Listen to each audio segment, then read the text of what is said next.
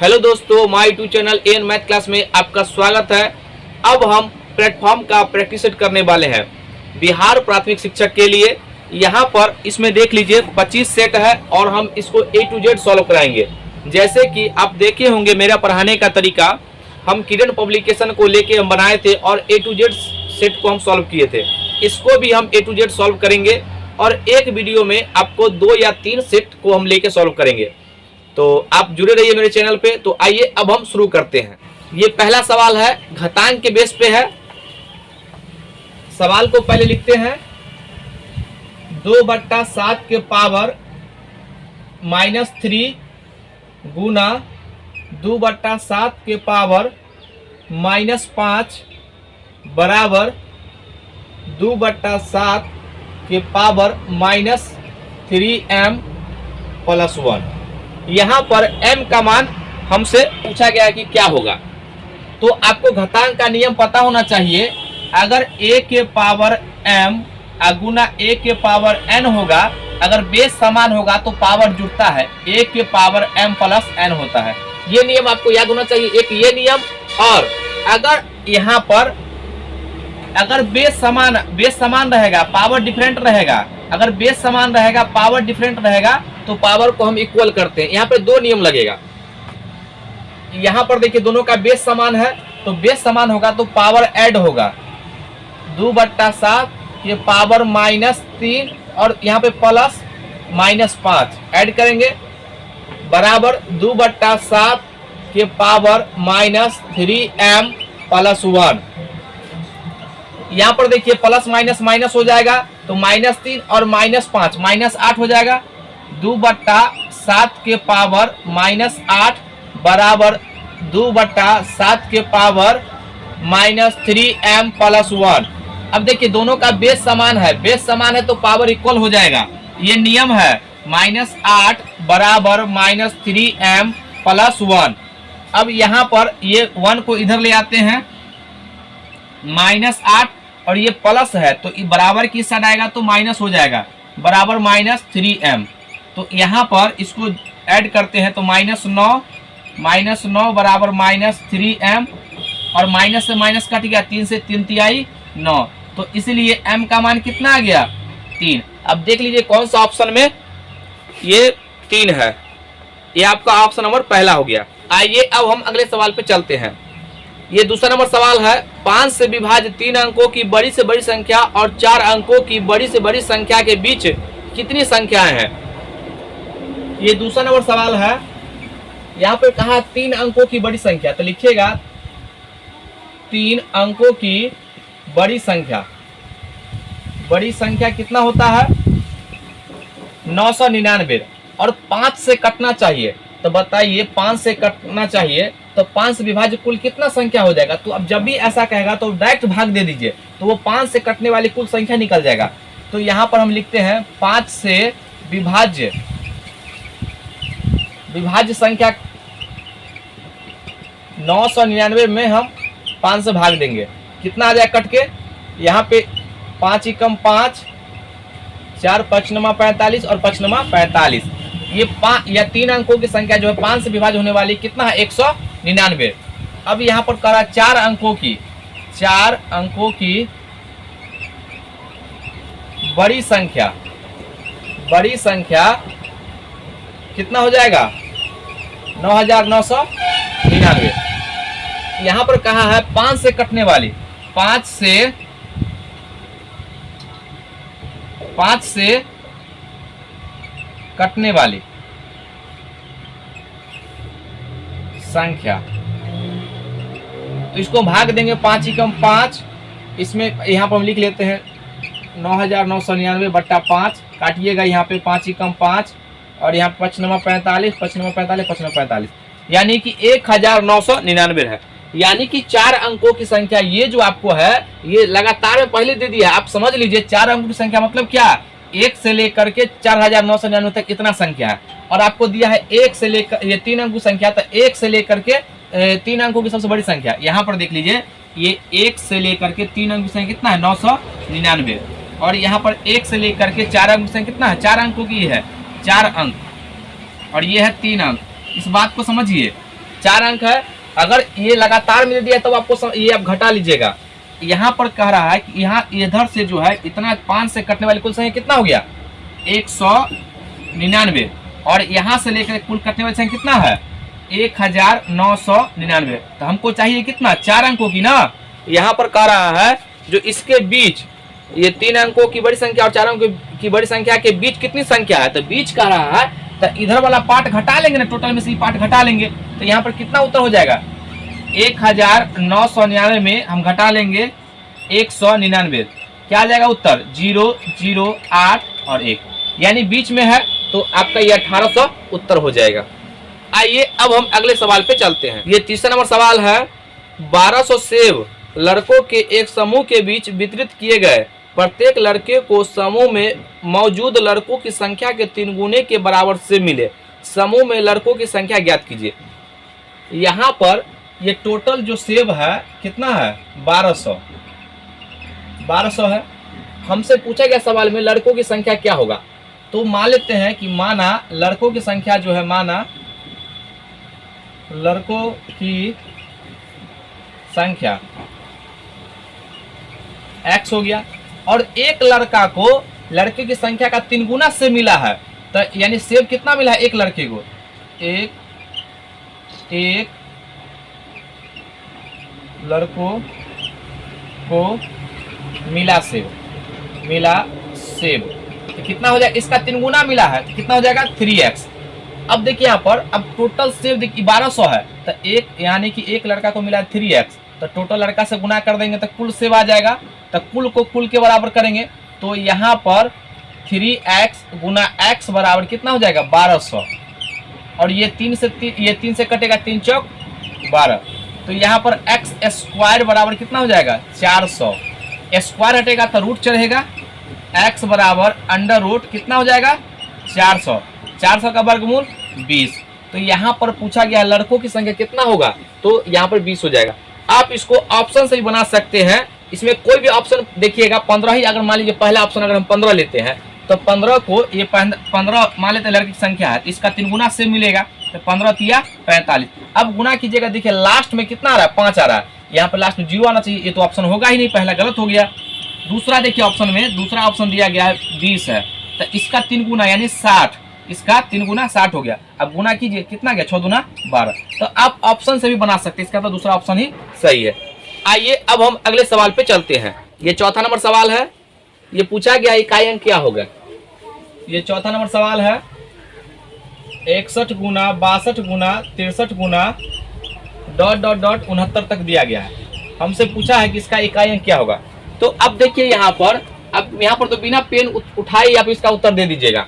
देखिए इसके बीच में ना 63 के बाद 64, 64 के बाद 65 आता है, तो अगर कहीं पर भी 5 और 2 मिल गया तो समझ लीजिए 0 आ जाएगा। तो इसके बीच में 65 आएगा कि नहीं आएगा, और 65 में एक 5 है और इसको गुना करेंगे तो 0 आ जाएगा। तो इस पूरे का उत्तर क्या आ जाएगा 0, यानी इसका इकाई अंक, इसको पूरा गुणनफल कीजिएगा तो लास्ट में 0 आएगा। और हमसे पूछा है कि इसका इकाई अंक क्या होगा, तो आप देख लीजिए इसका ऑप्शन हो जाएगा डी 0। अगला सवाल, ये 5वां नंबर सवाल है, दिया गया है कि भाज्य 2200 है, शेष 13 है और भाजक भागफल का 1/3 के बराबर है, तो भाजक ज्ञात कीजिए। यहाँ पर ये 5वां नंबर सवाल है, ये भाजक दिया गया है, सॉरी भाज्य दिया गया है 2200 है, ये 2200 है, शेष फल 13 है, और यहाँ पर कहा गया भाजक जो है भागफल का, और हमसे क्या पूछा है भाजक के बारे में पूछा है। तो मान लेंगे, माना भाजक बराबर x मान लिए हैं यहाँ पर, माना तो यहाँ पर भागफल कितना हो जाएगा, भागफल कह रहा है कि भाजक जो है भागफल का 1/3 है। तो एक चीज बताइए, हम इसका उल्टा कर लिए, यहाँ पे हम इसको 3x मान लिए, इसका भी ना 1/3 करेंगे तो x मानेंगे। आप लोग क्या कीजिएगा, हम उत्तर दोनों से समान आएगा। यहाँ पर आप कहिएगा भागफल मान लीजिए, यहाँ पर भागफल x मानिए, और यहाँ पर भाजक कितना हो जाएगा, भाजक x का यानी 3 1/3। आप ऐसे भी मान सकते हैं, दोनों से उत्तर 100% समान आएगा। चलिए हम इसी से बता देते हैं। यहाँ पर कहा है कि भाज्य बराबर क्या होता है, भाज्य बराबर होता है, यहाँ पर भाज्य लिखाता है, भाज्य बराबर यहाँ भागफल और यहाँ पर भाजक और नीचे जो आता है वो शेषफल, शेषफल। तो यहाँ पर भाज्य 2200 दिया गया है, तो 2200 यानी इसको गुना करते हैं, भाजक गुना भागफल प्लस शेष। तो 2200 बराबर यहाँ पर भाजक, भाजक कितना है ये x/3 और भागफल कितना है x, दोनों गुना होता है, अब प्लस जो शेषफल इसमें ऐड होता है 13। अब ये जो इसमें इसमें जो है इधर बराबर की साइड आएगा तो घटेगा, तो कितना हो जाएगा, यहाँ पर घटा के हम देते हैं 7 और ये 8 और ये हो जाएगा आपको 2187 बराबर कितना हो जाएगा x²/3। अब यहाँ पर देखिए इसको क्रॉस गुना करेंगे, क्रॉस गुना करेंगे तो ये जो हो जाएगा x² बराबर 2187 गुना 3। यहाँ पर x बराबर x को स्क्वायर को हटाते हैं तो रूट चढ़ेगा, और यहाँ पर देखिए इसमें 3 से ये 3 का फैक्टर निकालिए, चूंकि 3 है वर्गमूल होगा, चूंकि पूर्णांक में दिया गया उत्तर, तो 3 7 21 और 3 दूना 6, इसको भाग दिया 3 से और 3 9 27। यहाँ पर 1 और 3 गुना करेंगे तो इतना पुर जाएगा, और ये 3 पहले से यहाँ पे है, वर्गमूल निकालने से आप बच जाइएगा। अब देखिए यहाँ पर 729 का वर्गमूल कितना होता है, 26 का 676 और 27 का ये 729 होता है। यहाँ पर 27 आ गया और यहाँ पर दोनों में से एक बाहर निकल जाएगा 3, ये गुना कर देंगे कितना आ जाएगा 81। यहाँ पर 81 जो है क्या हो जाएगा, ये भागफल आ गया कितना, ये भागफल आ गया 81 और इसका 1/3, तो इसका 1/3 की जगह कितना हो जाएगा 27, ये आपका उत्तर हो जाएगा। अब यहाँ से भी करते ना तो दोनों से उत्तर समान आता, तो वहां पर x का मान जो आता डायरेक्ट यही उत्तर हो जाता। अगला सवाल, ये 6ठा नंबर सवाल है। मोहन एक दिन 60 रुपए कमाता है और दूसरे दिन 50 रुपया खर्च कर देता है। वह तीसरे दिन फिर 60 रुपए कमाता है और फिर चौथे दिन 50 रुपया खर्च कर देता है, और बाकी दिन भी यही क्रम चलता रहता है। किस दिन खर्च करने से पहले उसके पास 200 रुपया होंगे। ये बंदर वाला सवाल है, जैसे आप पढ़े होइएगा कि 5 मिनट चढ़ता है 2 मीटर पिछल जाता है, तो ऐसे सवालों हमेशा जो है पहला जो अमाउंट होता है उसको घटा लेना पड़ता है, ठीक है। यहाँ पर ये 6ठा नंबर सवाल है, कहता है 200 कब पुर जाएगा, तो यहाँ पर 200 जो पुरेगा उससे पहले हम 60 घटा लेंगे, क्योंकि पहला कितना कमाता है 60, अब हमको इतना ही कमाना है 140, तो कह रहा है कब ये 200 पुरना चाहिए। तो बताइए, एक पहला दिन जो है ये 60 रुपये कमाता है, पहला दिन 60 रुपये कमाता है, और दूसरे दिन जो है दूसरे दिन ये क्या करता है, ये 50 रुपया खर्च कर देता है, एक माइनस में कमी कर देता है। आखिर में 2 दिन में कितना रुपया ये बचत कर पाया, तो ये जो है 10 रुपया बचत कर पाया। यहाँ पर ये 2 दिन में 10 रुपया बचत कर रहा है, हमको कितना करना पहुंचना है यहाँ पे 140 के पास, तो यहाँ पर 140 पुराना है, तो कितना से गुना करेंगे इसमें, तो 14 से गुना करेंगे तभी ना 140 पहुंचेगा, इधर भी 14 से मल्टीप्लाई करेंगे, तो 28 दिन में कितना रुपया बचत कर लेगा 140। यहाँ पर ध्यान दीजिएगा, ये कह रहा है पहला दिन शुरू किया है, दूसरा पे खत्म कर रहा है जोड़ा के रूप में। अब कौन काम करेगा, पहला वाला ना, तो पहला 60 रुपये कमाता है, तो ये अगला दिन जो है एक दिन में ये 60 रुपये कमा लेगा, तो दोनों को जोड़ देंगे कितना हो जाएगा, इधर 200 रुपया पुर गया और इधर जो है 29वें दिन में ये क्या कर लेगा, ये 200 रुपया पुरा लेगा। अब देख लीजिए कौन सा ऑप्शन में इसका उत्तर है। इसका यहाँ पर ऑप्शन जो है ये 29वें दिन, ये सी ऑप्शन होगा। अब देख लीजिएगा 100% यही उत्तर होगा। अगला सवाल, ये 7वां नंबर सवाल है, निम्नलिखित में से जुड़वा अभाज्य संख्याओं का युग्म कौन सा है। ये 7वां नंबर सवाल है,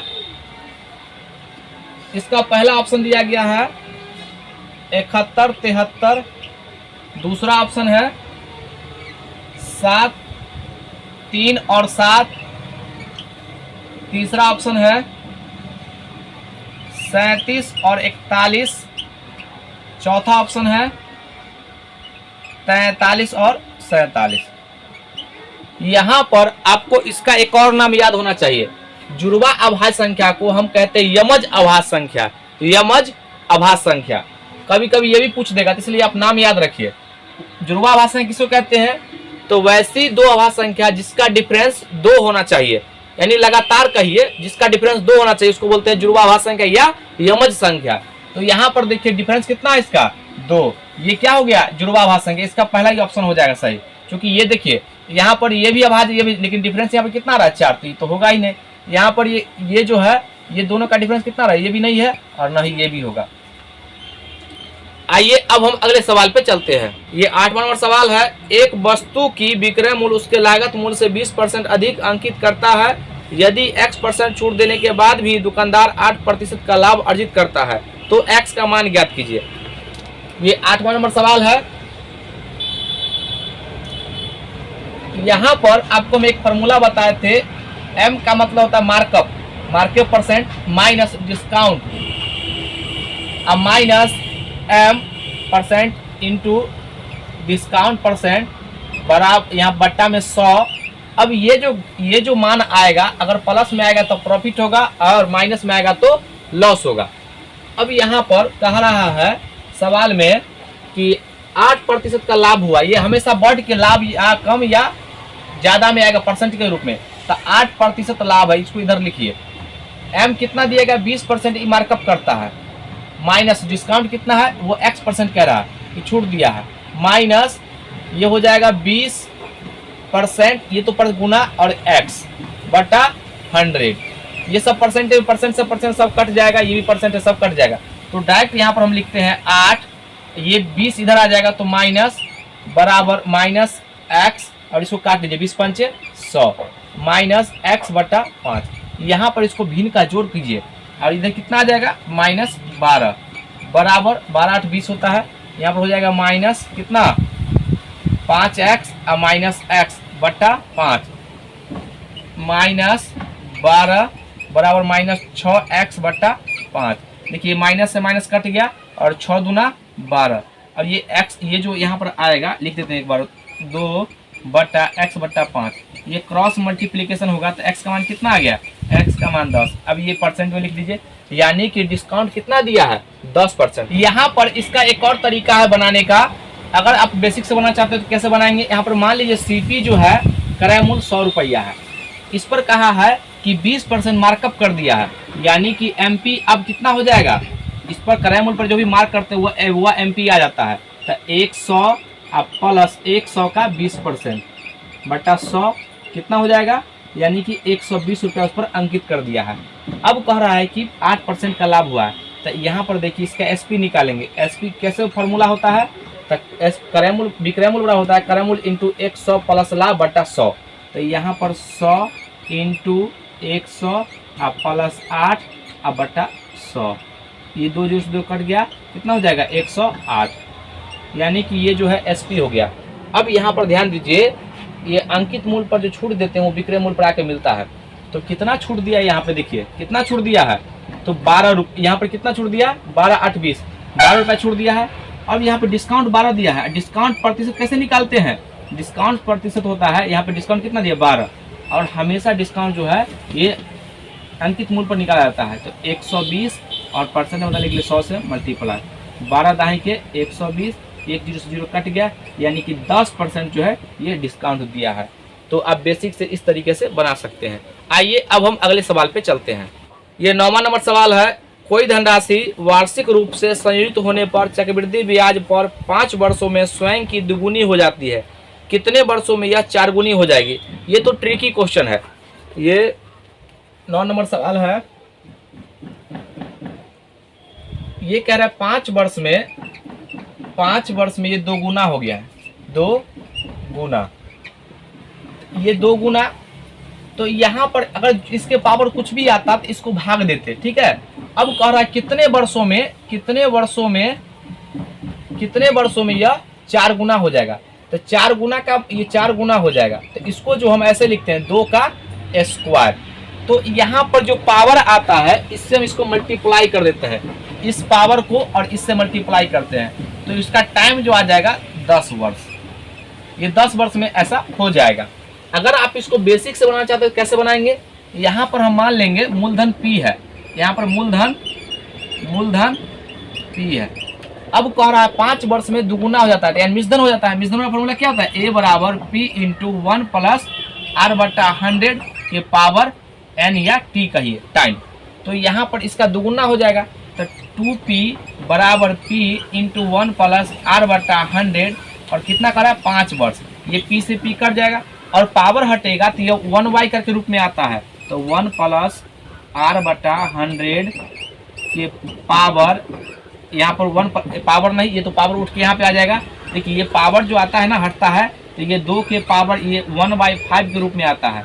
यहाँ पर 1 जैसे देखिए यहाँ पर a के पावर n है, अगर हमको इस पर पहुँचाना होगा तो n को हटाएंगे तो a बराबर 2 के पावर 1/n लिखते हैं इस तरीके से।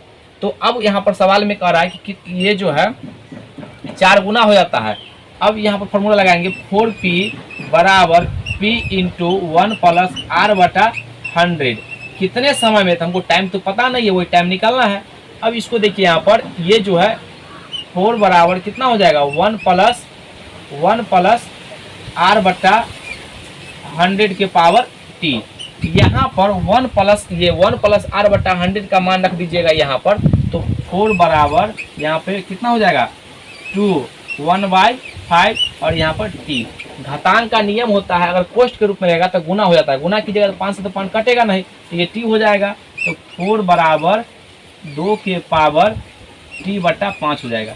अब यहाँ पर देखिए 4 है, तो क्या 4 को हमेशा नहीं लिख सकते हैं, 2 का स्क्वायर लिख सकते हैं ना।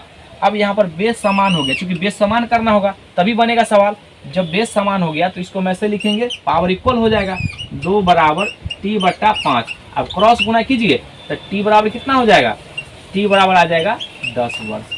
आप कोई भी तरीका अपनाइएगा, उत्तर में कोई परिवर्तन नहीं होगा।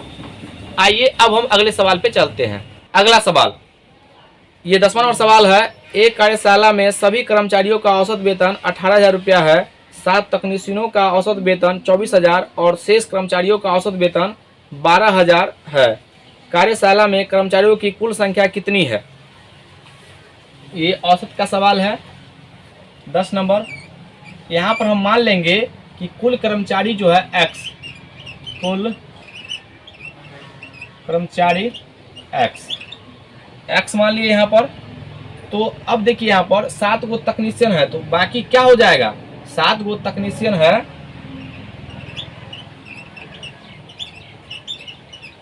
ये 7 है, तो बाकी क्या हो जाएगा x माइनस 7। अब यहाँ पर कह रहा है सब का वेतन जो है, कुल का वेतन 18,000, 18 से गुना करेंगे आदमी का तो कुल रुपया आ जाएगा टोटल, तो 18,000 गुना x बराबर कह रहा है यहाँ पर 7 गो तकनीशियन का औसत वेतन जो है 24,000 है, तो ये 24,000 है, एक तकनीशियन का औसत हुआ तो 7 से गुना करेंगे तो सर टोटल आ जाएगा। फिर यहाँ पे प्लस, उसके बाद 12,000, शेष जो है x माइनस 7 गुना कितना 12,000। तो इसको हम सॉल्व करते हैं, यहाँ पर पहले लिख लेते एक बार, 18,000 गुना x बराबर 24,000 गुना 7 और प्लस x माइनस 7 गुना 12,000। यहाँ पर अब x का मान ज्ञात करना है। देखिए ये बराबर, ये प्लस के रूप में तो 3 जीरो कॉमन लेंगे, यहाँ पर भी 3 जीरो और 3 जीरो, ये कट गया ना, तो कितना आ गया, ये 18x बराबर, यहाँ पर फिर कट सकता था, ये आप यह इस पे काट लीजिए, 6 से काटिए, 6 दूना 12, 6 चौक 24 और 6 त्रिक 18, यहाँ पे कितना गया 3x बराबर 7 चौक 28 प्लस ये गुना करेंगे तो 2x और माइनस 7 दूना 14। यहाँ पर ये 2x को इधर लाएंगे तो कितना हो जाएगा, x हो जाएगा बराबर, ये 28 में से 14 जाएगा तो कितना हो गया 14। ये आपका उत्तर हो जाएगा। आइए अब हम अगले सवाल पे चलते हैं। ये 11 नंबर सवाल है। x और y एक साथ मिलकर एक काम को 8 दिनों में पूरा कर सकते हैं। यदि अकेले x उसी काम को 40 दिनों में पूरा कर सकता है, तो यदि y अकेले काम करे तो उस काम को कितने दिनों में पूरा करेगा? ये 11 नंबर सवाल है। ये x प्लस y जो है दोनों मिलकर के काम जो है 8 दिन में कंप्लीट करता है और x जो है ये 40 दिन में काम को करता है। हमसे पूछा गया y कितना दिन में करेगा। तो जब भी ऐसा सवाल आएगा तो आप हमेशा, हम कहते हैं आपको एफिशिएंसी मेथड को अपनाइए। ये दोनों का आप एलसीएम लीजिए, एलसीएम कितना आ जाएगा 40। ये समझ लीजिए, आप समझने के लिए हम आपको समझाते हैं कि समझ लीजिए टोटल पेड़ है, तो टोटल पेड़ है ये दोनों मिल करके 8 दिन में लगाता है। एक दिन में कितना लगाएगा, ये आपको 8 पंचे 40, 5 से भाग देंगे तो ये इसका क्षमता आ गया एक दिन में लगाने का। अब इसको हम 40 से भाग देंगे तो ये जो x जो है एक दिन में कितना पेड़ लगाता है, 1, इसका एफिशिएंसी आ गया। अब बताइए दोनों मिलकर के ये 5 लगाता है, x का यहाँ पर 1 है, तो बताइए y कितना लगाएगा, तो y 4 लगाता है। तो y जो है कुल काम कितना दिन में करेगा, तो एक दिन की एफिशिएंसी से भाग देते हैं, तो 40 अब बटा 4 से भाग दीजिए, कितना आ जाएगा, 10 दिन लगेगा इसको काम को कंप्लीट करने में। इसका उत्तर हो जाएगा ऑप्शन नंबर बी। आइए अब हम अगले सवाल पे चलते हैं। ये 12 नंबर है, 3 कारों द्वारा 1:2:3 के अनुपात में दूरी तय की गई। यदि यात्रा के समय का अनुपात जो है 3:2:1 है तो उनकी चालों। अगला सवाल ये 12 नंबर है, 3 कारों द्वारा 1:2:3 के अनुपात में दूरी तय की गई। यदि यात्रा के समय का अनुपात 3:2:1 है तो उनकी चालों का अनुपात क्या होगा। यहाँ पर ये 12 नंबर सवाल है। ये जो है दिया गया है डिस्टेंस, ये डिस्टेंस दिया गया है, डिस्टेंस बराबर दिया गया है 1:2:3, ये इसका डिस्टेंस है। उसके बाद समय का जो है रेशियो दिया गया है 3:2:1। जब भी ऐसा देगा तो चाल निकालना है। तो दूरी में जब हम समय से भाग देते हैं तो क्या आता है, चाल आता है। यहाँ पे डायरेक्ट आप भाग दे दीजिए, यानी 1/3 2/2 अनुपात 3/1 और इसके हर के एलसीएम से गुना कर दीजिए। ये तो कट ही जाएगा, तो यहाँ पर 1 आ गया और 3 यहाँ पर 1 और 3 के एलसीएम से गुना कर देंगे तो कितना आ जाएगा, ये 3 से प्रत्येक में गुना करेंगे तो इससे 3 गुना करेंगे 1/3 गुना 3 अनुपात, इधर तो 1 गुना 3 अनुपात 3 गुना 3, 1 से तो कटेगा नहीं, कितना हो गया 1:3:9। ये इसका ये स्पीड आ गया। ऐसा क्यों करते हैं, इसलिए चूंकि अगर अनुपात को हटाएंगे तो x हो जाएगा x 2x 3x और टाइम को हटाएंगे तो कितना हो जाएगा, ये 3y ये 2y और y, लेकिन लास्ट में तो x y सब में आ रहा है तो कट ही जाना है, बट्टा के रूप में रहेगा। तो अनुपात कहता है हम जो भी कॉमन होगा वो कॉमन नहीं रहता, उसमें वो कॉमन हट जाता है। तो अब जब भी ऐसा आएगा दूरी और समय दिया रहेगा, चाल पूछेगा डायरेक्ट आप भाग कर दीजिए और बस वही आपका उत्तर आ जाएगा। अनुपात में पूछा है तो 1:3:9। अब देख लीजिए कौन सा ऑप्शन में है, ये ऑप्शन नंबर दूसरा। आइए अब हम अगले सवाल पे चलते हैं। ये 13 नंबर सवाल है, एक समान वार्षिक साधारण ब्याज की दर पर कोई निश्चित धनराशि 3 वर्षों के बाद बढ़कर 6,425 रुपया और 8 वर्षों के बाद 8,800 हो जाती है। वही धनराशि उसी साधारण ब्याज की दर पर 5 वर्षों के बाद बढ़कर कितनी होगी। ये 13 नंबर सवाल है। यहाँ पर 3 वर्ष में, ये 3 वर्ष में कितना मूलधन हो गया है, 6,425 रुपया 25 रुपया, और ये 8 वर्ष में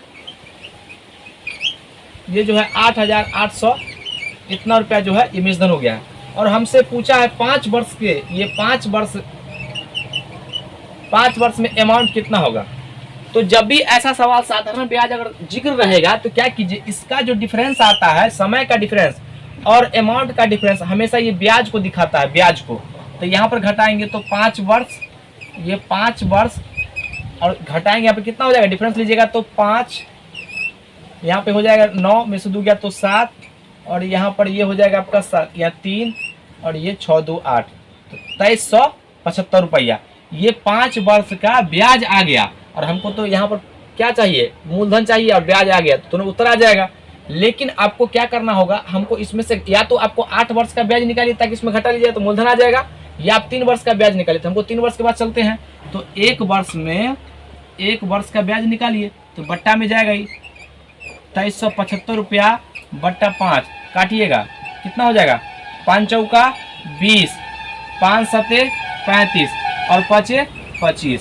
अब हमको 3 वर्ष का चाहिए तो 3 से गुना कर देंगे, इसमें भी 3 से गुना कर दीजिए तो कितना हो जाएगा, 5 तिहाई 15, 7 तिहाई 21, 1 22, 4 तिहाई 12, 1 13, 14। यानी कि 1 वर्ष में कितना ब्याज होता है, 1,425 रुपया। तो यहाँ पर जो है इसमें घटाएंगे तो 3 वर्ष का जो यानी 3 वर्ष का मूलधन कितना है, 3 वर्ष का मूलधन दिया गया है, 3 वर्ष का मूलधन दिया गया है, मूलधन कितना दिया गया है 6,425 रुपया। इसमें से आप यहाँ पर 3 वर्ष का ब्याज घटा लीजिएगा। 3 वर्ष का मूलधन है और 3 वर्ष का ब्याज घटाएगा तो मूलधन आ जाएगा। इसमें से घटा लेते हैं कितना, ये 1,425 रुपया। इसको घटाइए कितना, 0 0 0 और ये 5, यानी कि मूलधन कितना आ गया, 5 रुपया। अब मूलधन हमको मालूम चला गया और यहाँ पर हमको ब्याज ही मालूम है, तो दोनों को ऐड कर दीजिए। ये दोनों को ऐड करेंगे तो यहाँ पर 5 वर्ष का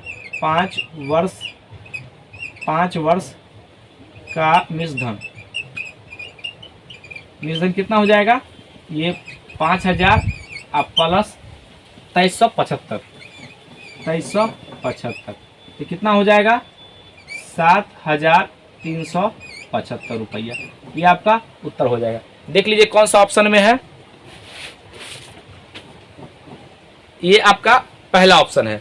आइए अब हम अगले सवाल पे चलते हैं। ये 14 नंबर सवाल है, ये तो अनुपात का सवाल है। यहाँ पे अनुपात हम पहले लिखते हैं। इसको बनाने के लिए बहुत सारे तरीके हैं। ये A अनुपात B बराबर 2:3 है और यहाँ पर B अनुपात C बराबर 2:4 है। C अनुपात D बराबर 2:5 और हमसे पूछा गया है A अनुपात D बराबर क्या होगा। यहाँ पर जब भी ऐसा सवाल आएगा तो अब देखिए यहाँ पर इसको लिखिए A/B ये गुना B/C गुना C/D। ये जो कट के लास्ट में आएगा यहाँ पर बचेगा A/B, ये A/D। जब आपका प्रैक्टिस हो जाएगा तो आप समझ जाइएगा। देखिए B से B कट गया, ये C से C कट जाता है। तो यहाँ पर क्या करते हैं, अनुपात को बट्टा में लिखते हैं 2/3 गुना B। देखिए B कितना है, ऊपर 2/4 और गुना 2/5। यहाँ पर ये दोनों 4 हो गया, 4 से 4 कट गया, अब तो बचा नहीं कुछ, तो 2/15। इसका उत्तर आ जाएगा 2:15। अगर आप इसको एक और तरीका बनाने का है, यहाँ पर आप देखिए A अनुपात हम डायरेक्ट निकालते हैं, B अनुपात C अनुपात। अगर कहता मर्ज करने के लिए तब कैसे निकालते, तो यहाँ पर इसका तरीका है, ये लिखिएगा 2:3। उसके बाद ही कह रहा B अनुपात, देखिए ये A है और ये B है, तो B के सामने लिखिएगा 2:4।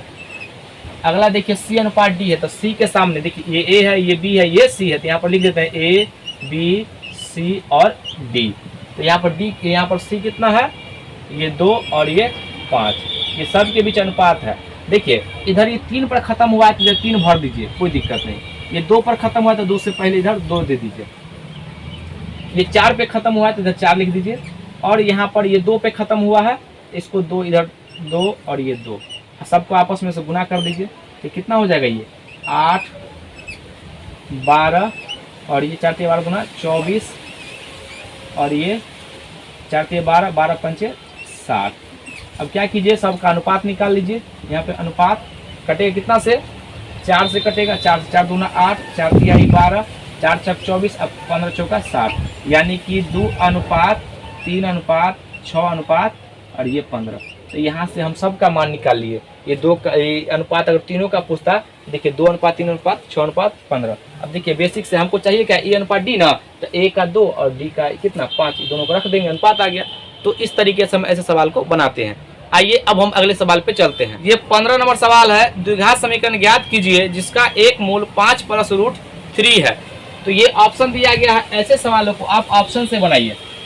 ये 15 नंबर सवाल है और एक मूल दिया गया 5 + √3। पहला ऑप्शन दिया गया है x² - 10x + 22 बराबर 0। दूसरा दिया गया है x² + 6x + 6 बराबर 0। तीसरा दिया गया है x² - x + 6 बराबर 0। और चौथा दिया गया है x² + √3x + 3 बराबर 0। यहाँ पर एक मूल जो है दिया गया है। एक तरीका तो ये है, ये जिस समीकरण में डालिएगा मूल रखिएगा, इसका मान जिसका 0 हो जाएगा तो हम कहेंगे वही समीकरण होगा, यानी सेटिस्फाइड करेगा तो वही समीकरण होगा। पहले हम समझ लेते हैं इसका पहले बेसिक तरीका क्या है, इसको कैसे हम इसको छांटेंगे। तो सबसे पहले यहाँ पर D निकालिए। D कैसे निकालते हैं, तो फार्मूला पढ़े हुइएगा 10th में, B² - 4AC होता है, 4AC।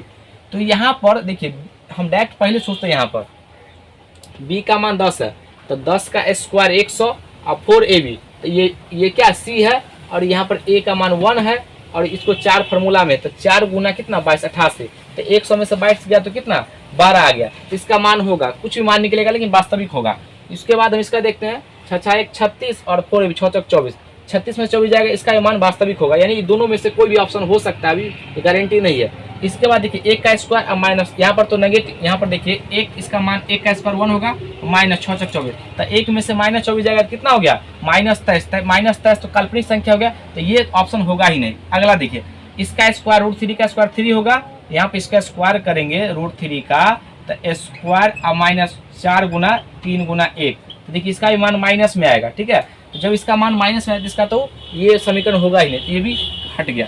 अब आपके पास दो ऑप्शन बच गया, ये या तो ये। इसके बाद कैसे बनाएंगे, तो आप जो यहाँ पर समीकरण में मान रखिएगा, ये मान इसमें रखिए और यहाँ पर चेक कीजिए, ये मान रखेंगे यहाँ पे √5 अब प्लस √3, इसका स्क्वायर करेंगे -10 5 प्लस √3 और प्लस 22। अगर ये कट के 0 आ गया तो हम कहेंगे यही समीकरण होगा। यहाँ पर दोनों का स्क्वायर करेंगे तो कितना हो जाएगा 5 का स्क्वायर 25 अब प्लस 3 अब प्लस कितना हो जाएगा 2 5 दूना 10 √3, और यहाँ पर गुना करेंगे तो देखिए माइनस कितना हो जाएगा, ये -50 और -10 √3, देखिए ये माइनस और ये माइनस तो कट गया। अब यहाँ पर प्लस 22 है, प्लस 22 देखिए 28 और 22 कितना होता है 50, 50 ये प्लस में ये माइनस में तो 0 आ गया, इसका मतलब जो है यही आपका समीकरण होगा। तो इस तरीके से इसको हम बनाते हैं। यहाँ पर आपका पहला सेट कंप्लीट हो गया है। अब हम दूसरा सेट के प्रश्न को सॉल्व करेंगे। ये पहला क्वेश्चन है, ये वर्गमूल का है, इसको हम लिखते हैं पहले √0.0006969, इसको सॉल्व करना है। ये ऑप्शन पहले हम लिख लेते हैं, इसको ऑप्शन से बने ज़्यादा बेस्ट रहेगा। 0.243, ये बी नंबर ऑप्शन 0.000243, ऑप्शन तीसरा 0.00243 और डी नंबर ऑप्शन है 0.0263, ये इसका ऑप्शन दिया गया है। तो यहाँ पर इस सवालों को बनाने के लिए सबसे बेस्ट तरीका होता है ऑप्शन से। यहाँ पर देखिए इसका कुछ नियम आपको याद होना चाहिए, 1 2 3 4 5 6 7 8, ये 8 अंकों के बाद दशमलव है, तो इसका जो वर्गमूल होगा वो 4 अंकों में आएगा। अगर सम में रहेगा तो 4 में आएगा, अगर 6 में रहेगा तो 3 में, 4 अंकों के बाद रहेगा तो उसका वर्गमूल 2 अंकों के बाद दशमलव पड़ेगा। तो यहाँ पर देखिए 4 अंक में आना चाहिए, ये तो नहीं आएगा, तो 3 अंक पर है, ये कितना 6 अंक पर, ये भी हट गया, ये भी हट गया, ऑप्शन कौन हो गया, ये आपका यही उत्तर हो गया। ये तो ऑप्शन से इसको हम देखिए कितना जल्दी खत्म कर दिए। यहाँ पर अगर बेसिक से बनाना होगा तो क्या करते हैं, दशमलव तो 4 अंक के बाद ही लगेगा, लेकिन पहले इसको छोड़ दीजिए, पहले आप इसको जो है वर्गमूल निकालिए। तो इसको जो है 2 लाइनिंग देते हैं और ये नंबर को लिख लीजिए 69 1 69, और इधर से 2 2 अंक पर एक रिंग देते हैं और एक रिंग बचता है तो रह देते हैं। अब 2 से लगाते हैं, यहाँ पर जितना से लगाएंगे उतना से यहाँ गुना भी करना पड़ेगा, कितना होगा 2 दूना 4, और ये दोनों जुट जाएगा 4, ये घट के 2 और यहाँ पे 2 अंक उतरेगा कितना 91। अब यहाँ पर कितना से लगाएंगे 6 से, तो 6 से यहाँ पर गुना भी करेंगे, 6 6 1 36 और 6 6 24 और 3 27, ये कितना हो जाएगा 5, और ये 8 में से 1 ये कट गया, 6 को दोनों को जोड़ दीजिए, 6 6 12, ये 5, अब कितना उतरेगा 69। अब यहाँ पर कितना से गुना करेंगे 3 से गुना करेंगे और इधर भी 3 लिखेंगे, तो कितना 3 3 9 3 दूना 6 3 5 15, तो ये तो कट गया, ये कट गया। तो यहाँ पर इसको वर्गमूल निकालने के बाद कितना मान आया 263, लेकिन 4 अंकों के बाद दशमलव आना चाहिए, तो 1 2 3 1 0 देंगे और ये आपका उत्तर हो जाएगा। आइए अब हम दूसरे क्वेश्चन पे चलते हैं। निम्नलिखित भिन्नों में से किसका मान आवर्ती दशमलव में नहीं आएगा, यानी कि वो जो है कटेगा नहीं लेके रिपीट करेगा, करा कौन नहीं आना चाहिए। ये दूसरा नंबर है, ये पहले हम ऑप्शन लिखते हैं। ए का ऑप्शन है 20/56, बी का ऑप्शन है 15/56, सी का ऑप्शन है 21/56 और डी का ऑप्शन है 10/56।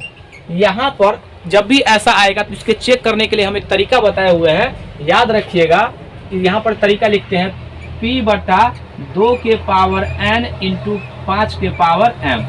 p जहाँ एक परमेय संख्या होगा और यहाँ ये n और m जो होगा पूर्ण संख्या होगा। ये दोनों के अलावा कोई तीसरा पहुंच गया, जैसे 3 पहुंच गया, 7 पहुंच गया, 11 पहुंच गया, तो हम कहेंगे कि अशांत आवर्ती है। तो यहाँ पर हम पहले चेक करेंगे, जो कटने वाला है काटिए, 4 से काटिएगा तो 4 पंचे 20, ये 4 एकम 4, 4 चौका 16। देखिए यहाँ पर इसको तोड़िएगा 14 को, तो 2 गुना 7 आएगा ना, इसको तोड़ेंगे तो 2 गुना 7 आएगा। तो यहाँ पर देखिए ये दोनों के अलावा या तो सिंगल रहेगा या दोनों रहेगा, इसके अलावा कोई तीसरा पहुंच जाएगा तो हम कहेंगे यह अशांत आवर्ती है। इसको हटा दीजिए, पराकोण नहीं है। तो यहाँ पर इसको देखिए, इसको तोड़ेंगे तो कितना हुआ, 14 चौका 56। इसमें भी क्या है, इसको तोड़ते हैं तो 15 बटा 14 चौका 56, 2 गुना 2 का स्क्वायर, यहाँ 7, 7 चौका 28 गुना 56, यहाँ पर 3 हो जाएगा। देखिए 7 आ गया तो ये भी नहीं होगा। और यहाँ पर देखिए काटेंगे तो ये भी, इसमें 7 आ रहा है, ये भी नहीं होगा। अब इसको यहाँ पर काटते हैं, ये कटेगा, यहाँ पर ये होगा।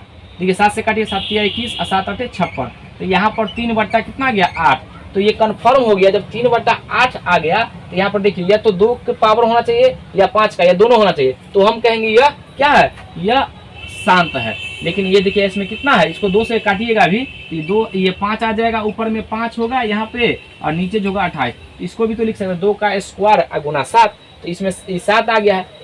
इसके अलावा कोई तीसरा मौजूद नहीं होना चाहिए। तो अगर आ गया तो हम कहेंगे अशांत आवर्ती है, अगर नहीं आएगा अगर तो हम कहेंगे ये 2 हो या 5 हो या दोनों हो तो हम कहेंगे शांत होगा। तो इसका उत्तर कौन सा हो गया, ऑप्शन नंबर तीसरा। आइए अब हम अगले सवाल पे चलते हैं। अगला सवाल, ये तीसरा नंबर है, सरल करना है।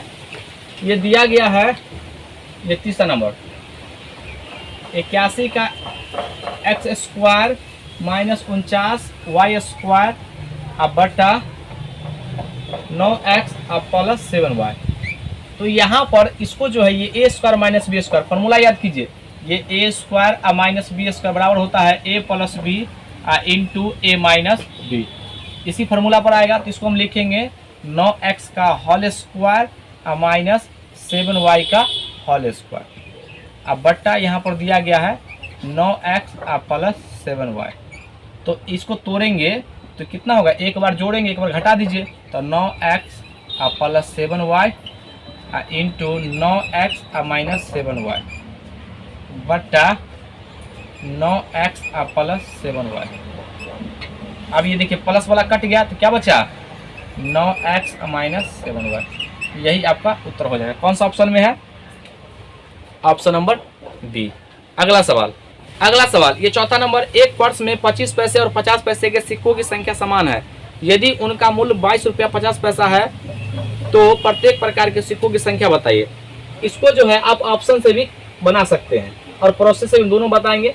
ये 25 पैसा है और कमा ये 50 पैसा, लेकिन दोनों का सिक्का जो है समान है। तो यहाँ पर पहले हम ऑप्शन से आपको समझाते हैं। ये ए है, ऑप्शन है यहाँ पर ए बराबर दिया गया है 30, बी बराबर 45, सी बराबर 40 और डी बराबर 35 दिया गया है। अब कह रहा है कि दोनों को मिला करके ना ये पैसा जो है, अमाउंट जो है, अमाउंट ये आपको 22 रुपया 50 पैसा दिया गया। अमाउंट 22 रुपया 50 पैसा है। तो यहाँ पे हम देखिए, ये इसमें जो है अगर आपके पास हम ऐसा बोले कि 12 रुपया 25 पैसा का सिक्का है, 25 पैसे के 12 को सिक्का है, तो कितना रुपया हुआ, तो 4 से भाग दें। क्यों, क्योंकि 4 को सिक्का मिलेगा 25 पैसा का, तब ना 1 रुपया होगा। इसको 4 से भाग कीजिए तो कितना आएगा, 3 रुपया। अगर हम आपको कहे कि 12 को सिक्का है 50 पैसे का, तो कितना रुपया हुआ, तो आप 2 से भाग देते हैं। क्यों, क्योंकि आप जो है यहाँ पे ये 2 यानी 2 सिक्का मिलेगा तब ना 1 रुपया होगा, तो 2 सिक्का से भाग देंगे तो रुपया में कन्वर्ट हो गया, ये 6 रुपया हो गया। तो यही कंसेप्ट समझाना हमको यहाँ पे। हम मान लेते हैं कि ये पहला ही ऑप्शन सही है। तो देखिए इसमें 4 से भाग देंगे, ये 28 में, ये 30 में, तो कितना हो जाएगा, 4 सत्ते 28 और पॉइंट 4 पंचे 20, यानी कि 7.5 रुपया आ गया। अब यहाँ पर 50 पैसा कहेगा तो इसका आधा करना पड़ेगा। हम मान लेते हैं कि दोनों का सिक्कों की संख्या समान कहा है, तो इसका भी वही रहेगा जितना उसका रहेगा। तो यहाँ पर प्लस कितना हो जाएगा, इसका आधा 15, दोनों को जोड़ेंगे 15 7 कितना हो जाएगा 22। इसका मतलब ये सेटिस्फाइड कर गया, यही उत्तर होगा कंफर्म। ये देखिए बाकी कोई करवे नहीं करेगा। अगर इसको 4 से भाग दिया तो 4 एकम 4 और 4 एकम 4, 11 चौक 44, 4 दूना 8, 4 पंचे 20। अब प्लस इसका आधा कीजिएगा तो 22.5। देखिए तो 22 से ज़्यादा ही हो जाएगा, ये तो होगा ही नहीं। इसका भी नहीं आ जाएगा, इसका तो मान लीजिए इसको 4 से भाग दीजिए 10, आप प्लस इसका कीजिएगा 2 से भाग दीजिएगा तो कितना जाएगा 20। ये तो 30 आ रहा, चूंकि ऑप्शन में तुमको 22 से, ये जो है सवाल में 22.5 लाना है, ये तो होगा ही नहीं और ना ये होगा। इसका मतलब ऑप्शन कितना हो गया, ये आपका पहला। अगर प्रोसेस से होना चाहते हैं तो हम यहाँ पर मान लेंगे, माना ये दोनों का जो सिक्का है मान लेते हैं एक्स है, तो ये बताइए एक्स में 4 से भाग देंगे तब ना रुपया में आएगा, और ये जो है और इसमें भी हम 2 से भाग देंगे, क्यों? क्योंकि 50 पैसे का है, तो 2 से दोनों को जोड़ दीजिए, कितना आ जाएगा 22.50। अब दोनों का भिन्न का जोड़ कर दीजिए, कितना आ जाएगा 4, ये एक्स और प्लस 2x बराबर 22 ये कितना 50। क्रॉस मल्टीप्लिकेशन कीजिएगा तो कितना हो जाएगा, ये देखिए x और x कितना हो जाएगा 3x बराबर ये कितना हो जाएगा 0 4 5 20 4 5 20 दशमलव 4 दूना 8 2 10 4 दूना 8 1 9, तो यानी दशमलव तो हट जाएगा इधर से, 3 से काटिए 3 3 9, यानी x का मान जो आ गया ये 30 आ गया। x मान कितना आ गया 30, यानी कि 50 पैसे का भी सिक्का 30 होगा और 25 पैसे का भी सिक्का 30 होगा। आइए अब हम अगले सवाल पे आते हैं, आइए अब हम अगले सवाल पे चलते हैं। ये 5वां नंबर सवाल है, ये 5वां नंबर सवाल, ये सिंप्लीफिकेशन का सवाल है, आप वर्गमूल में भी कह सकते हैं। 30 minus under root 30 minus under root 30 minus अनंत तक ये दिया गया है कि ये बढ़ रहा है, इसी पैटर्न पे चलता गया है। तो यहाँ पर कर इसका मान ज्ञात करने के लिए, तो पहला जो तरीका है, इसको आप इतना बराबर x मान लीजिएगा, यहाँ पर लेट कर लीजिएगा, लेट इतना बराबर आप मान लीजिए x, तो x बराबर इसको जो बेसिक से कीजिएगा तो 30 minus under root 30 minus under root 30 minus dot dot dot infinite. यहाँ पर वर्क कीजिएगा तो एक्स स्क्वायर बराबर ये रूट हट जाएगा, तो 30 माइनस ये 30 minus under root 30 minus dot dot dot dot ये यहाँ इस तरह चलता जाएगा। लेकिन हम माने हैं यहाँ पर क्या, इतना के बराबर हम मान लिए x, क्योंकि ये भी अनंत तक जा रहा है, तो ये कितना हो जाएगा एक्स स्क्वायर बराबर 30 माइनस एक्स, और सबको इधर ले आइए, ये हो जाएगा एक्स स्क्वायर ये प्लस एक्स और माइनस 30। इसको जो है आप क्वाड्रेटिक इक्वेशन पे सॉल्व कर लीजिएगा। एक तरीका बेसिक तरीका ये हुआ। अगर आप इसको कहिएगा शॉर्टकट में कैसे बनाएंगे, तो शॉर्टकट का भी तरीका है। यहाँ पर देखिए इसका ऐसा 2 फैक्टर तोड़िए जिसका डिफरेंस 1 आना चाहिए, जिसका डिफरेंस 1, तो यहाँ पर ऐसा डिफरेंस 5 गुना 6 होगा, 5 गुना 6, यानी कि 30 का डिफरेंस तोड़िएगा ऐसा जिसका डिफरेंस 1 होना चाहिए, तो 5 गुना 6। अब आपको रुकना है, दोनों गुना करने पर 30 आ रहा है, ठीक है। अब यहाँ पर देखना है माइनस होगा तो छोटा उत्तर हो जाएगा 5, अगर यहाँ पर प्लस होता, सभी में प्लस होता तो बड़ा उत्तर होता 6, लेकिन सवाल में क्या पूछा है माइनस, तो इसलिए हम कहेंगे 5 उत्तर। ये बात आप समझ गए होंगे। माइनस कहेगा बार बार कह रहे हैं तो छोटा हो जाएगा, और प्लस कहेगा तो बड़का हो जाएगा। बस आपको देखना है कि नंबर सब में समान रहेगा। आइए अब हम अगले सवाल पे चलते हैं।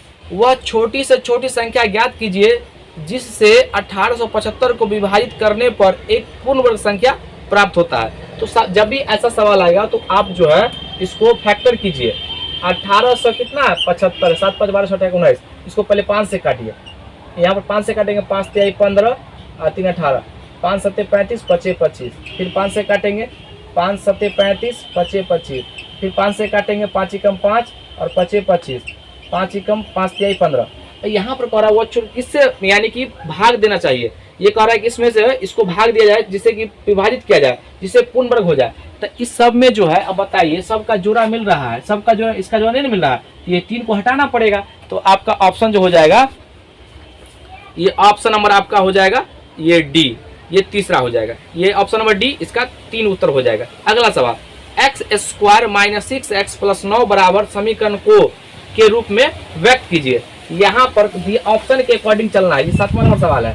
X square minus 6x plus 9 बराबर कितना है 0। ये ऑप्शन के अकॉर्डिंग चलना है कि इसको सॉल्व करने पर कौन सा ऑप्शन होएगा। तो ये जो आप देख रहे होंगे, ये देखिए इसको जो है ये x माइनस तो क्या है a square plus b square minus 2ab, तो x माइनस 3 का होल स्क्वायर है, यही ऑप्शन है। देख लीजिए कौन सा ऑप्शन में है, ये ऑप्शन जो आपका हो जाएगा ये बी नंबर, बी हो जाएगा इसका। अगला सवाल, ये 8वां नंबर सवाल है। एक पंचभुज की भुजा क्रमशः 1737 मीटर, 2160 मीटर, 2358 मीटर, 2214 मीटर और 1422 मीटर है। तो अधिकतम लंबाई की उस टेप की संख्या ज्ञात करें जिससे सभी भुजा को पूर्णतः मापा जा सके। ये इसका जो है पहले जो दिया गया सवाल में उसको हम लिखते हैं। ये 8 नंबर सवाल है। 1737 उसके बाद दिया गया है 2160, उसके बाद 2358, उसके बाद 2214, उसके बाद 1422 ये दिया गया है। तो अधिकतम कहेगा तो आप हमेशा समझिए कि HCF के बारे में कहा गया है। तो आप छोटका नज़दीक वाला के देखिए, घटाइए नज़दीक वाले को, तो देखिए नज़दीक वाला को हम घटाते हैं और इसका जो डिफरेंस जो होगा वही सबका HCF होगा। तो इसमें घटाते नज़दीक है तो इसका घटाने पर ये जो इस दोनों का घटाते हैं तो कितना जाए घटाने पर, ये 8 में से 4 गया तो 4, ये 4 और ये 1, ये जो आ गया 144। ये जो या तो ये यही उत्तर हो जाएगा या इसका कोई फैक्टर होगा। तो यहाँ पर इसका फैक्टर हम तोड़ेंगे, इसको देखिए ऐसे तोड़ते हैं 16 नम्मा 144, 16 नम्मा 144। इसका और फैक्टर सब हो सकता है, पहले हम यहाँ पर चेक करते हैं। 7 3 10 8 18, ये 9 से कटेगा, उसके बाद ये 9 से कटेगा, उसके बाद यहाँ पर देखिए 7 2 9, ये भी 9 से कटेगा, ये 8 5 13 3 16 17 18, ये भी 9 से कटेगा, उसके बाद 4 4 8 1 9, ये भी 9 से कटेगा, 4 2 ये 2 2 4 4 8 1 9, ये 9 से कटेगा। लेकिन ये देख रहे हैं यहाँ पर 2 है ही नहीं, तो इसका मतलब इसका HCF कितना हो जाएगा, इसका HCF जो हो जाएगा 9 ही होगा। ये HCF का मतलब क्या था, सभी में कटना चाहिए, इस सब में, लेकिन इसमें है ही नहीं, इसलिए नहीं होगा, यानी कि इसका 9 उत्तर हो जाएगा। आइए अब हम अगले सवाल पे चलते हैं। अगला सवाल, ये 9वां नंबर है। यदि px + 2y = 5, 3x + y = 1, निकाय को एक अद्वितीय हल को p का मान ज्ञात कीजिए। ये 9वां नंबर सवाल है। यहाँ पर एक कंडीशन दिया गया है, px + 3y, ये 2y = 5 है, उसके बाद 3x + y = 1 है। कह रहा है कि इसके अद्वितीय हल को, अद्वितीय हल है तो अद्वितीय हल का मतलब क्या होता है, इसका नियम होता है a1/a2 not equal to b1/b2। ये तभी अगर ये बराबर हो जाएगा तो मान ही नहीं निकलेगा x y का। तो यहाँ पर कहा है कि p का मान क्या होना चाहिए, तो देखिए इसके x के जगह पे क्या है p है, तो यहाँ पर लिखेंगे p बट्टा y के जगह, ये इसके नीचे ये दूसरा समीकरण में क्या है 3 है, नॉट इक्वल टू ये दूसरा में कितना b कितना 2 और नीचे ये कितना है, इसका नहीं पूछे तो 1 है। यहाँ पर गुना करेंगे तो p नॉट इक्वल टू 6 होना चाहिए। कितना, ये गुना करेंगे 3 से तो कितना हो गया 6। ये जो है p का मान 6 आया है।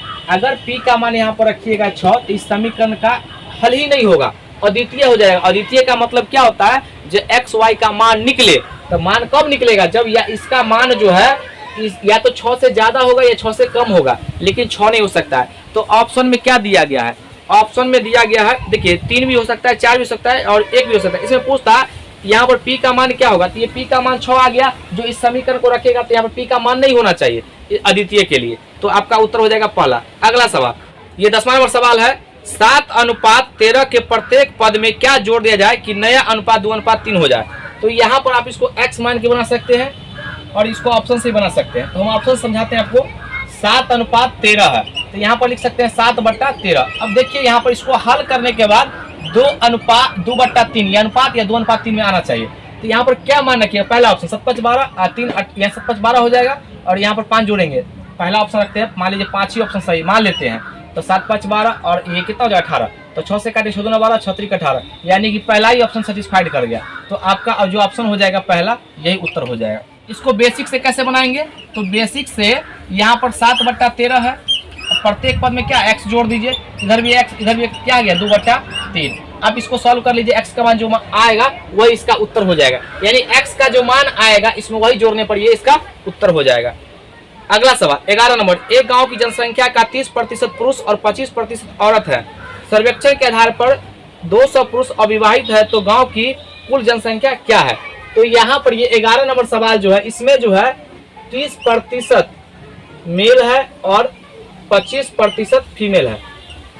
तो यहाँ इसमें कह रहा है जो 200 अविवाहित, इसका मतलब दोनों, अगर ये भी 25 होता है ये भी 25, तो शादी हो गया होगा तब ना, मान ली इसका जोड़ा मिल गया, इसका जोड़ा तो मिला नहीं 5% का, तो 5% जो है ये 200 के बराबर हो जाएगा। इसमें देखिए हमको चाहिए 100%, तभी ना 100, इसमें 100% का मान निकालना होगा। तो यहाँ पर कितना से गुना कर दे, यहाँ पे जो है 5, ये 100 को बनाने के लिए 2 यानी 20 से गुना करना पड़ेगा और इधर भी 20 से गुना करना पड़ेगा, तो 100% हो जाएगा। और यहाँ पर इसको 100% बराबर कितना हो जाएगा, 2 दूना 4, यानी कि 4000 उस गांव में जनसंख्या रहा होगा। कुल जनसंख्या कितना हो गया 4000, ऑप्शन नंबर ये डी। अगला सवाल, कुछ वस्तुएं 5 रुपए की 6 की दर से और अगला सवाल, ये 12 नंबर है। कुछ वस्तुएं 5 रुपए की 6 की दर से खरीदी गई तथा 6 रुपए की 5 की दर से बेची गई, तो लाभ प्रतिशत क्या होगा? ये बहुत अच्छा सवाल, ये आने का 100% चांस बनता है। ये 12 नंबर सवाल है। ये देखिए 6 वस्तु है, यहाँ पर लिखते हैं वस्तु और इधर लिखते हैं रुपया, ये 5 रुपया। ये 6 वस्तु जो है 5 में बेचता है। अगला जो है ये 5 वस्तु, ये 5 वस्तु ये 6 रुपये में बेचता है। तो यहाँ पर जब भी ऐसा सवाल आएगा लाभ प्रतिशत पूछेगा, ये इतना में जो है 5 वस्तु 6 रुपये की दर से खरीदता है, ये सीपी है। ये जो आप देख रहे हैं ये सीपी है और ये क्या है? एसपी है, ये एसपी है। तो यहाँ पर वस्तु को समान करना पड़ता है। जब आप पैसा को मत समान कीजिएगा, हमेशा वस्तु को। तो इसके वाला से 5 से इसमें गुना कर दीजिए और इसके 6 वाला से इसमें 6 इसके 6 से इसमें गुना कर दीजिए और इधर गुना किए तो इधर भी गुना करना पड़ेगा ना। टोटल में 5 से, ये 5 से और इसमें टोटल में 6 से गुना करना पड़ेगा। कितना हो जाएगा? ये 5 से 5 छक 30 वस्तु इधर हो गया और 5 से 25 रुपया हो गया। यहाँ पर 6 से गुना करें, 56 से 30 वस्तु और 6 36 रुपया। अब लाभ निकालना है तो देखिए 25 रुपये में खरीदता है, 36 में बेचता है, तो कितना लाभ होगा? तो यहाँ पर 11 रुपया, 11 रुपया लाभ हो गया। कितना लाभ जो प्रतिशत निकालते हैं वो हमेशा क्रय मूल्य पर क्रय करते हैं और परसेंटेज बदलने के लिए 100 से मल्टीप्लाई करते हैं। 25 चौका 100, कितना परसेंट प्रॉफिट हो गया? 44% ये प्रॉफिट हो गया। देख लीजिए कौन सा ऑप्शन में है, ये आपका ऑप्शन जो हो जाएगा डी। आइए अब हम अगले सवाल पे चलते हैं। ये 13 नंबर सवाल है। 4000 रुपए के मूलधन पर 10% वार्षिक ब्याज की दर से 2 वर्ष का चक्रवृद्धि ब्याज क्या होगा? ये तो सिंपल है, इसको फार्मूला पे निकाल लीजिए। ये 13 नंबर सवाल है। ये जो है अब मूलधन दिया गया, ये जो आपको दिया गया मूलधन 4000 रुपया। एक तो तरीका है, इसका 10% निकालिए, इसका 10% निकालिएगा। 10% तो कितना हो जाएगा? 10% निकालेंगे तो 4000 का 10%, 10/100, 2 जो कर जाएगा। तो ये जो निकलता है ना, ये 1 वर्ष का ब्याज निकलता है, 1 वर्ष का। अगला वर्ष का निकाला, फिर इसका 10% निकालिए, तो अगला वर्ष का निकालिए 10% तो फिर 400 रुपया आएगा।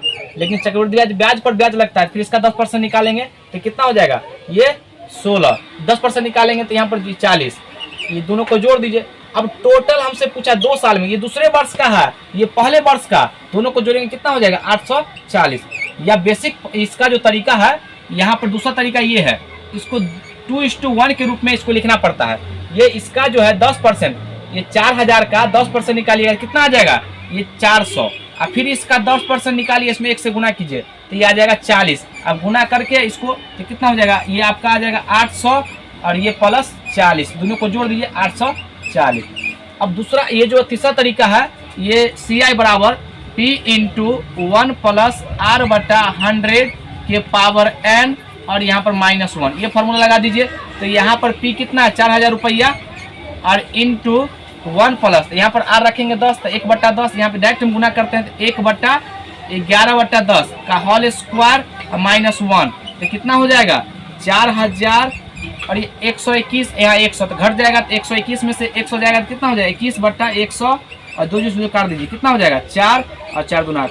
देखिए सभी से उत्तर क्या आ रहा है? समान आ रहा है। तो आपका ऑप्शन नंबर हो जाएगा 840 डी हो जाएगा इसका। अगला सवाल, ये 14 नंबर सवाल होगा। अगला सवाल, ये 14 नंबर, 3 नल ए, बी और सी एक टंकी को क्रमशः 12, 15, 20 घंटे में भर सकते हैं। यदि नल ए पूरे समय खुला रहे और बी और सी बारी बारी से 1-1 घंटे के लिए खोले जाते हैं तो टंकी कितने समय में भर जाएगी? ये अच्छा सवाल है, ये अल्टरनेट वाले सवाल है। ये देखिए टाइम एंड वर्क और पाइप टंकी दोनों का ये सेम कंडीशन लगता है, बस आप भरता है उसमें प्लस करते हैं और निकालते हैं पानी उसमें माइनस करते हैं। यहाँ पर देखिए ए, बी, सी दोनों में समान कंसेप्ट लगता है। ये 12 घंटे में भरता है, ये 15 में और ये 15 में और ये 20 में। जब भी ऐसा आएगा तो आप तीनों का एलसीएम ले लीजिए, कितना आ जाएगा एलसीएम? 60। हम मान लेते हैं कि उस टंकी का क्षमता है 60 लीटर पानी, तो बताइए 1 घंटा में कितना पानी उसमें डालता होगा? तो 12 पंचे 60, 5। इसको भाग देंगे इसमें तो कितना ये पानी डालता होगा? 4। और इसको भाग देंगे तो चूंकि सब भर रहा है पानी तो कितना हो जाएगा? 3। यानी कि यहाँ पर हमको पता चल गया जो ए का क्षमता 5 है, बी का क्षमता 4 है और सी का क्षमता 3 है। ये इतना पानी भरने का क्षमता है। अब अल्टरनेट देखिए, अल्टरनेट कहने का मतलब ए जो है एक बार बी के साथ 1 घंटा और 1 घंटा कोई खुलने वाला बैठा हुआ है, तो ए प्लस बी एक बार जो 1 घंटे के लिए चलाता है तो 1 घंटे में कितना पानी डालेगा? 9 लीटर। और ये समझाने के लिए 9 लीटर बोल रहे हैं, ठीक है ना। और एक बार सी के साथ तो ए प्लस सी जो होगा ये 1 घंटे में कितना हो जाएगा? 8 लीटर मान लीजिए पानी 8 लीटर डालता है, तो 2 घंटे में जो है ये जो है 2 घंटे में कितना पानी डालेगा, तो 17 लीटर। याद रखिएगा हमेशा जो है काम को बराबर करते हैं, कितना से गुना करे या तो कट जाए या इसके नजदीक पहुंच जाए। तो 17 तिया 51 और इधर 3 से गुना करेंगे तो कितना हो जाएगा 6 आवर और ये 51 लीटर पानी भर देगा। अभी हमको चाहिए कितना 60 लीटर, इसमें कितना और भरेंगे 60 हो जाए 9। अब देखिए पहले स्टार्टिंग किया था ये खत्म किया था सी पर, तो अब किसका बारी है ए का, ए प्लस बी का। तो बताइए ए प्लस बी 9 लीटर पानी भर देगा इधर और 1 घंटा लगेगा इसको, तो 1 घंटा इधर तो जोड़ देंगे कितना हो जाएगा 7 आवर और यहाँ पे काम भी पूरा हो गया, ये आपका 7 लीटर हो गया। तो आपका उत्तर हो जाए कितना 7 लीटर। ये सबसे बेस्ट तरीका है। आइए अब हम अगले सवाल पे चलते हैं। ये 15 नंबर सवाल है। एक पिता अपने पुत्र से उम्र में 5 गुना बड़ा है। 15 वर्ष बाद वह अपने पुत्र से उम्र में 2/1/2 गुना बड़ा हो जाएगा। पिता की वर्तमान उम्र क्या है। यहाँ पर देखिए एक पिता जो है पुत्र से 5 गुना बड़ा है। इसको बनाने के लिए आप या तो पिता को मान सकते हैं या पुत्र को मान सकते हैं। तुलना आप देखिए, तो यहाँ पर हम मान लेते हैं सन का जो उम्र होगा x, तो ये फादर कितना हो गया, ये फादर हो जाएगा 5 गुना बड़ा है, तो ये 5x और x इधर लिखेंगे हम x और इधर लिखेंगे 5x। अब करा 15 वर्ष बाद, देखिए ये सब वर्तमान में माने हुए हैं। जब भी ऐसा सवाल आएगा तो हमेशा वर्तमान में मानिएगा, तो सवाल संयोग से दिया गया वर्तमान में ही। तब 15 वर्ष बाद इधर भी 15 वर्ष जोड़ दीजिए, चूंकि समान बढ़ेगा। उसके बाद कह रहा है 15 वर्ष के बाद जो है उसके पिताजी पुत्र से 2/1/2, यहाँ पर देखिए 2/1/2, इसको तोड़ेंगे तो कितना 2 2 4 5/2 इतना गुना हो जाएगा पुत्र का। तो इतना गुना ही हो जाएगा, तो पुत्र को भी उतना गुना बढ़ाना पड़ेगा ना, 5/2 गुना, तभी ना ये बराबर होगा। अब यहाँ पर इसको सॉल्व कर लेंगे, तो ये 5 से गुना हो जाएगा 5 × x + 15 और यहाँ पे 2 × 5x + 15। यहाँ पर इसको सॉल्व करते हैं तो 5x + 15 = 75 बराबर 5 दूना 10x अब प्लस कितना 30, 15 दूना 30। ये घट जाएगा 10 में से तो कितना हो जाएगा 5x बराबर, ये इधर से घटेगा तो 45। x काटिए 5 9 45, 5 से काटेंगे तो x का मान कितना आ गया 9। ये जो x का मान है उसका पुत्र कितना वर्ष का है 9 वर्ष का, तो पिता कितना हो जाएगा 9 × 5 9 × 5 बराबर 45 वर्ष का। आप यहाँ पर पिताजी को भी मान सकते हैं, डायरेक्ट को पिताजी का उत्तर आ जाता है। तो आज का वीडियो कैसा लगा, अगर वीडियो अच्छा लगे तो उसको लाइक कीजिए, सब्सक्राइब कीजिए, शेयर जरूर कीजिए, साथ ही साथ कमेंट तो करना ही करना है। आज के लिए तक जय हिंद जय भारत।